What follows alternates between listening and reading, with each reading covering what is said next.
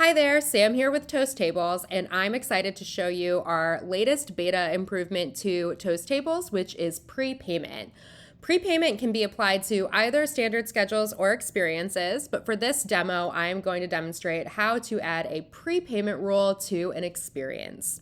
So before I walk through the prepayment, I'll show you the experience that I've already made for the sake of time, which is a 4th of July party.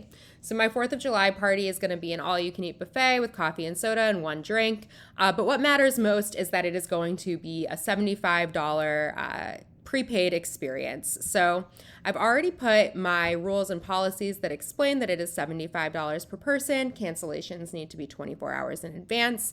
And I've already set up all of my basic configurations for my party through experiences, none of which has changed. So my online access rules, my table availability, my turn times, and my flow control are all set up. But now, where I used to see deposits, I now see payments, and I'm able to choose between a deposit and a prepayment.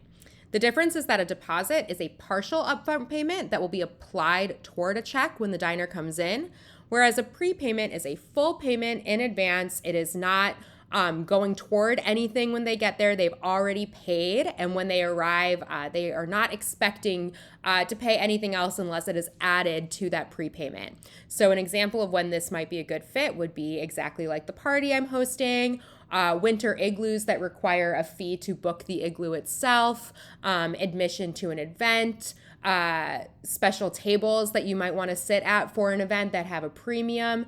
Any kind of upfront payment that is not going to go towards something later would be a use case for prepayment.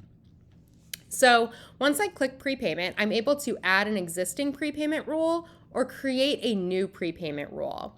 I've already made my prepayment rule for the sake of time, but if I wanted to create a new one, I would click here and I would be able to start completely from scratch with a whole new prepayment. So I would call this my 4th of July prepayment.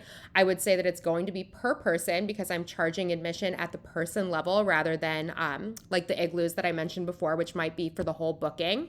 And I would say 24 hours because that's my specific policy.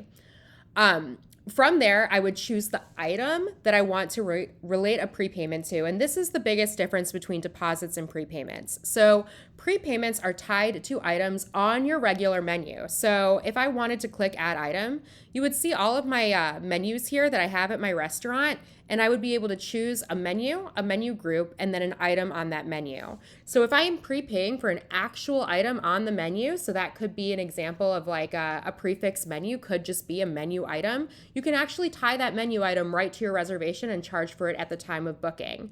If what you are charging is not an actual menu item, you would go ahead and create a menu item for it. So what that would look like is you would create a new menu. So for here, I've created a menu called prepayments, but you would create a new one if you don't already have a good one. You would create a menu group. So for me, I called that also prepayments, but you could have multiple groups if you have a lot of different things that you charge in advance for and you want to stay organized by group. And then from there, you would add an item. So for me, I've added my 4th of July party already, but this would be where you would add those different levels of prepayment or different price points for prepayment. So you might have different groups in your prepayment menu for maybe ongoing events and one-off events. And maybe in your one-off event group, you might have the 4th of July party and Father's Day brunch and whatever other parties you're hosting, and you would have a different menu item for each of those that would have a price point. But like I said, I've already created mine. It's $75 for the 4th of July, so I don't need to do that again. So when I go back to my prepayment rule, I actually don't need to create a new one because I've already done it. But if I were going to create a new one, I would create the menu item and attach it there.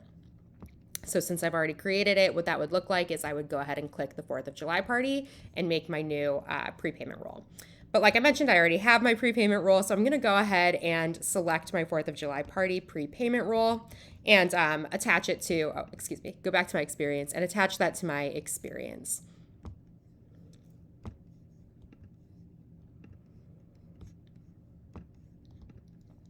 And then I would say that I'm going to apply it to the dining room only, though I could apply it to however many dining areas I want. And now I have a prepayment assigned to my 4th of July party for $75 per person that is refundable until 24 hours ahead of time. And if I want to see it in action, I would click preview. and it'll take me right to my 4th of July page, and you'll see right here, a party of 2 comes with a $150 total, and I would be able to book that right from there and go ahead and pay at the time of booking. And when someone uses a prepayment, restaurants receive those funds right away because they are already paying, and you don't have to wait for that payment until after the event is over or anything. They are paying in advance for that reservation.